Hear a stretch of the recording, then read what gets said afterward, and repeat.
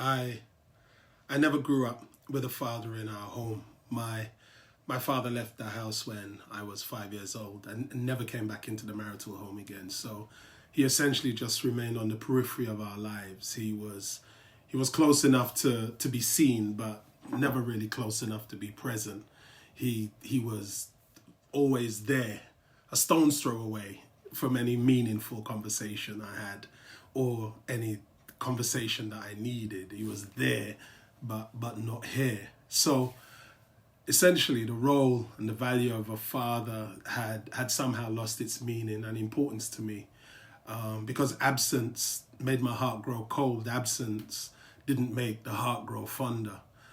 All the things I had taken for granted that I thought didn't matter, though, it caught up to me 28 years ago, about a month before I was to be married.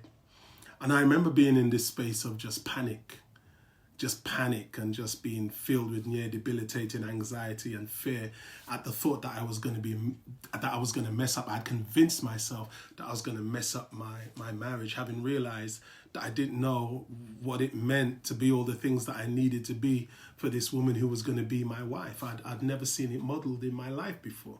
I'd never seen, I didn't know how to be a father. I didn't know what it meant to be a father, what it looked like to be a husband, a faithful spouse, a partner, a nurturer, a provider, a protector, all the things that I believed in my heart that a father should be. I hadn't seen it. And it was in the midst of all of that panic and anxiety and fear that God spoke to me. And he spoke to me with a clarity and assurance that I remember to this day. And he did so by asking me a question. He basically said, Eddie, what did you deserve to see? I know you never grew up around it. I know you never grew up seeing it, but what did you deserve to see? And it was in the recounting of this memory, the recounting of what I deserved, that it taught me above all things about the faithfulness of God and what it means for me to call God my Father. It was this Heavenly Father that spoke to my mother when my dad had left and assured her out of the prophet Isaiah 44 and 45 that now that your husband has left you, I will be a husband to you, I'll be a father to these children, and I will take away the reproach from your name. And he was faithful, and he did that.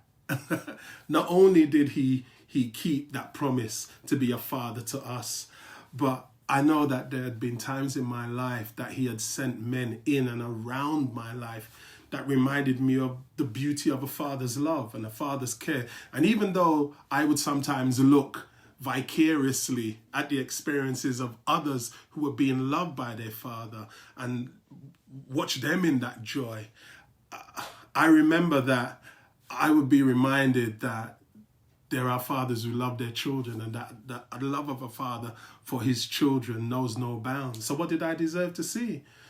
That was God's question to me. And after reminding him of what I felt I deserved to see, his reply was, 28 years ago, well, go ahead and marry the girl, man. Go ahead and marry the girl, and I'll teach you how to do that. I'll send people around you that will model how to be a father. I will send people around you that will continually model what not to be. And God has done that, and he's been true to his word.